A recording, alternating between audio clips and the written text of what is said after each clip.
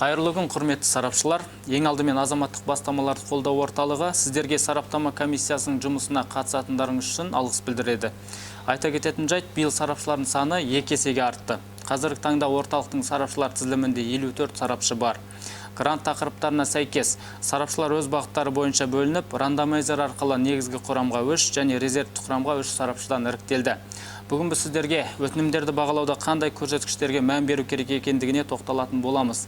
Бұл ретте сіздердің назарларыңызға бағалау парағы және бағалау парағын толықтыру жөніндегі орталықпен әзірленген нұсқаулықтың жобасы жолданады. Сонымен бағалау парағына қысқаша шолу жасайтын болсақ, көріп отырғандарыңыздай бағалау парағы негізгі 5 бағаннан тұрады. Бірінші баған көрсеткіштердің реттік саны, екінші бағалау көрсеткіштері, бұл жерде негізгі 5 көрсеткіш бар. Одан кейінгі баған балдар бағаны және де балдардың түсініктемесі, яғни қандай жағдайда сіздер 1 деген балды немесе 3 деген балды, 5 деген балды қоясыздар, соны тарқатып түсіндірілген. Және де пікір бағанында сіздер қолған балдарыңызға сәйкес пікірлеріңізді қалдырсаңыздар болады. Енді бал қоюға қысқаша түсініктеме беретін болсақ, мәселен бірінші көрсеткіш ұйымның жалпы әлеуеті, мұнда 4 өлшемшарт берілген.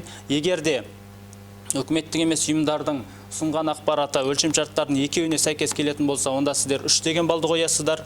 Егерде барлық өлшемшартқа сәйкес келетін болса, сіздер 5 деген балды қоясыздар. Егерде өлшемшарттардың ешқайсысына сәйкес келмесе, онда сіздер 1 деген балды қоясыздар. Яғни мұнда ескере кету қажет, бізде ең төменгі бал 1, яғни 0 деген бал жоқ. Келесі. Үшінші көрсеткіш, төртінші көрсеткіш,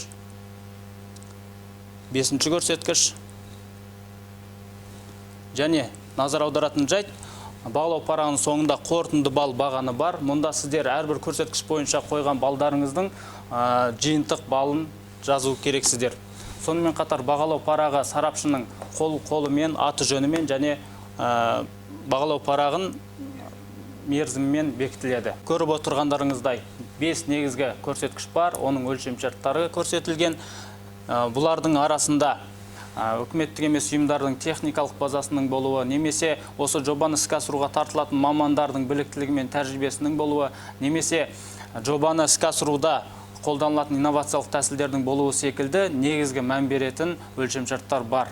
Соны назарға алсаңыздар. Және де, құрметті сарапшылар, сіздерге тағы бір жаңалығымыз бар.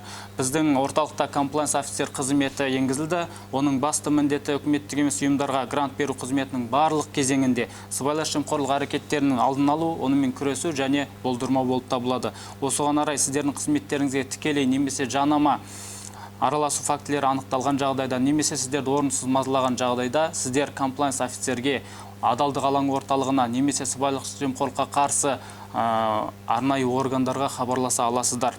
Сіздердің назарларыңызға орталықтың тәуелсіз қызметкері комплайнс офицерінің толық аты жөні және байланыс нөмірі ұсынылады. Назарларыңызға рахмет.